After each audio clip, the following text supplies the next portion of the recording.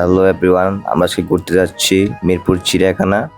আপনারা দেখতে চাইলে সাথে থাকুন।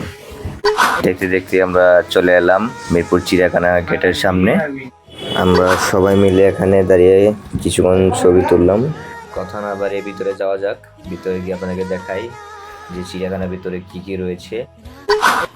আমরা শুরুতে দেখতে পেলাম এক ধরনের পাখি। আসলে পাখিটার নাম কি আসলে আমার জানা নেই। আপনার যদি জানা থাকে তাহলে কমেন্টে জানাবেন। তারপরে আমরা দেখতে পেলাম হরিণ। আপনারা দেখতে পাচ্ছেন এখানে শত শত হরিণ রয়েছে।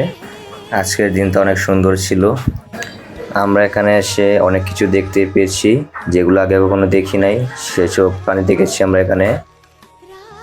তারপরে দেখতে পাচ্ছি বাংলাদেশের পশু রয়্যাল বেঙ্গল টাইগার, তার আওয়াজ কিরকম আপনারা শুনবেন এখন।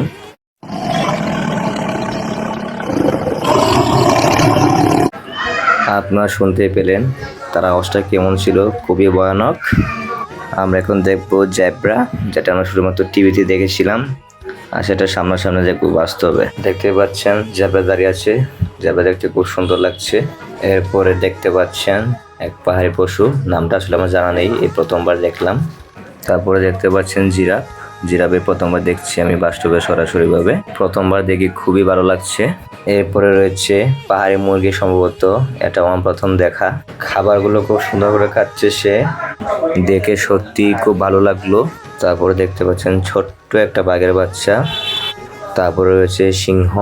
সিংহ কিভাবে আওয়াজ করে আপনারা শুনতে পাবেন। এরপরে রয়েছে জলহস্তী, যেটা বেশিরভাগ সময় পানিতে থাকে, খাবারের সময় মূলত সে উপরে উঠে আসে। এখানে রয়েছে আরো দুইটি ক্যাঙ্গারু। এরপরে দেখতে পাচ্ছি ময়ূর, প্রথমবারের মতো ময়ূর দেখতে পারি, খুবই ভালো লেগেছে। এরপরে রয়েছে কুমির, এই প্রথমবার দেখলাম কুমির সামনাসামনি ভাবে। এরপরে দেখতে পেলাম পাহাড়ি হাতি। এরপরে রয়েছে এক ধরনের পশু যেটার নাম জানি না। এরপরে গাধা। এরপরে অজগর সাপ, যেটা গ্লাসের ভিতরে বন্দি ছিল। এরপর হচ্ছে এক ধরনের পাখি।